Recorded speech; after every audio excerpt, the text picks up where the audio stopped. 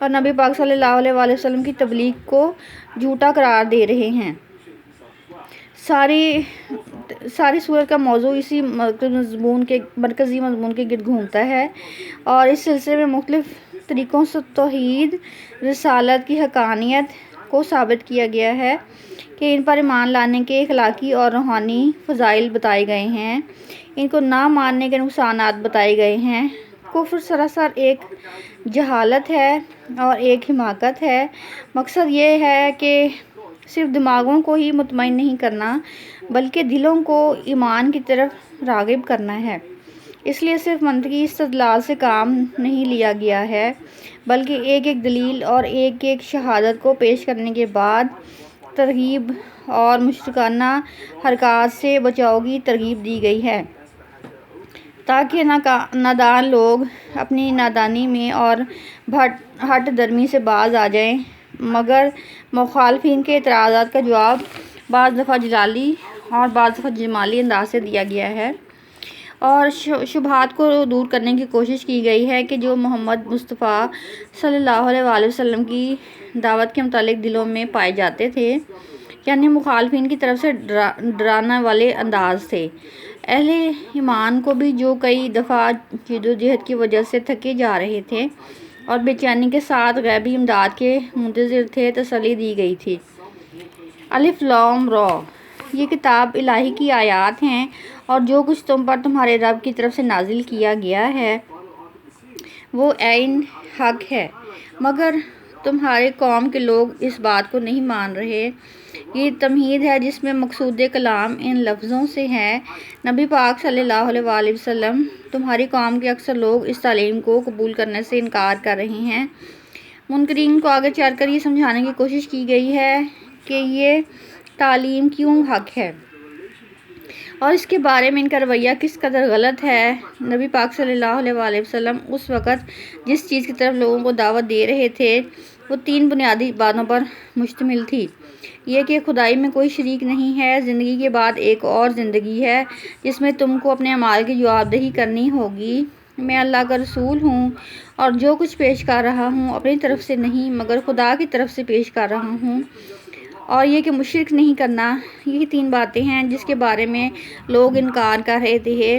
بار بار آیات کو مختلف طریقوں سے سمجھایا گیا ہے، لوگوں کے اعتراضات اور شبہات کو دور کرنے کی کوشش کی گئی ہے۔ وہ اللہ تعالیٰ ہی ہے جس نے آسمانوں کو بنا سہارے کے قائم کیا اور آفتاب اور ماہتاب کو ایک قانون کا پابند بنایا، خاص وقت تک بنایا۔ اللہ تعالیٰ ہی کی طرف سے وہ نشانیاں کھول کھول کر بیان فرماتے ہیں، شاید کہ تم ایسے دن کی ملاقات کا یقین کرو، غیر محسوس طاقت جو کہ ہر کام کو کرنے کے سرانجام دے رہی ہے، اللہ تعالیٰ کی جلوہ فرمائی ہے، مگر وہی ہے جو کہ پیدا کرنے والا ہے، جو کائنات کو خود چلا رہا ہے، کوئی دوسرا صاحب حیثیت نہیں ہے۔ اللہ تعالیٰ کی خاص تدبیر ہے جس کے مقابلے میں کوئی اور نہیں ہے۔ توحید کو ثابت کرنے کے لیے مختلف اللہ تعالیٰ نے دلائل دیے ہیں۔ توحید یہ ہے کہ آسمان سے زمین تک ساری کائنات ایک نظام ہے اور یہ خود بخود نہیں چل رہی ہے مگر اسے چلانے والی ایک ذات ہے جو کہ خدائے پاک کی ذات ہے۔ ایک تعلیم کا نظام ایک معلم کے بغیر نہیں چل سکتا، اور یہ کہ ایک کائنات کا نظام ایک خالق کے بغیر کیسے چل سکتا ہے۔ کوئی اگر ہٹ درم ہے یا پھر کسی کی عقل نہ ہو تو وہ ہی سوچ سکتا ہے کہ یہ دنیا اپنے آپ چل رہی ہے۔ بھلا یہ کس طرح ممکن ہے کہ وہ شخص جو ہم نے آپ صلی اللہ علیہ وآلہ وسلم پر نازل کیا ہے وہ جانتا ہے تو وہ اس طرف سے کیوں اندھا ہو رہا ہے؟ دونوں باتیں یکساں ہو جائیں، نصیحت تو دانش مند لوگ ہی قبول کیا کرتے ہیں۔ یہ نہ دنیا میں ان لوگوں کا رویہ درست ہو سکتا ہے اور وہ اپنے انجام سے بے خبر ہیں۔ تعلیم خدا کی اور آپ صلی اللہ علیہ وآلہ وسلم کے دعوت حق کو یہ لوگ قبول کرتے ہیں، وہی بیدار مغز لوگ ہوتے ہیں۔ دنیا میں سیرت اور کردار کا رنگ اور آخرت میں ان کا وہ انجام ہوتا ہے جو کہ بعد کی آیتوں میں بتایا گیا ہے۔ ان کا طرز عمل یہ ہوتا ہے کہ وہ اللہ تعالیٰ کے ساتھ اپنے عہد کو پورا کرتے ہیں اسے مضبوط باندھنے کے بغیر نہیں چھوڑتے اور اسے توڑ نہیں ڈالتے۔ ان کی روش یہ ہوتی ہے کہ اللہ تعالیٰ نے جن جن روابط کو قائم رکھنے کا کہا ہے انہیں برقرار رکھتے ہیں، اپنے رب سے ڈرتے ہیں اور اس بات کا خوف رکھتے ہیں کہ ایک دن ان سے حساب لیا جائے گا۔ معاشرتی روابط جن کی درستگی پر زندگی کی فلاح و بقا ہے، رب کی رضا کے لیے ہے۔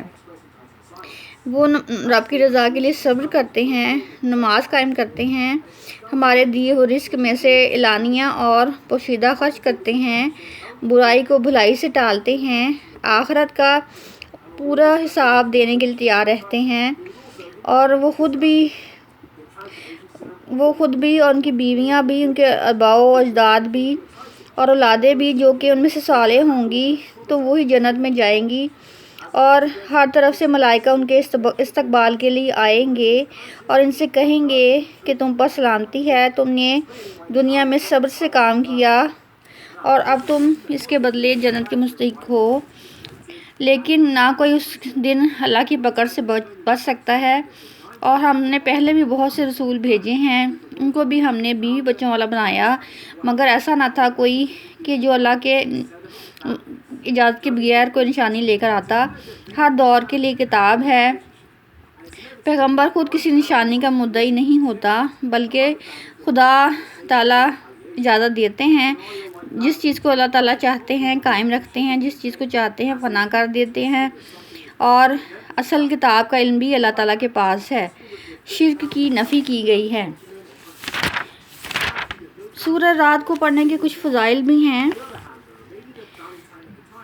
اس کے فائدہ یہ ہے کہ جو بھی سورہ رات کی تلاوت کرے گا اس کی اور اس کے بعد کی آنے والی ہر نیکیاں بادل کی تعداد کے 2 گنا برابر ہو جائیں گی، یعنی کہ زندگی میں اس نے جتنے بھی نیکیاں کی ہیں وہ بادلوں کے برابر ہو جائیں گی، اور اس کو 10 ٹائم ملٹیپلائی کر کے اس کا ثواب دیا جائے گا۔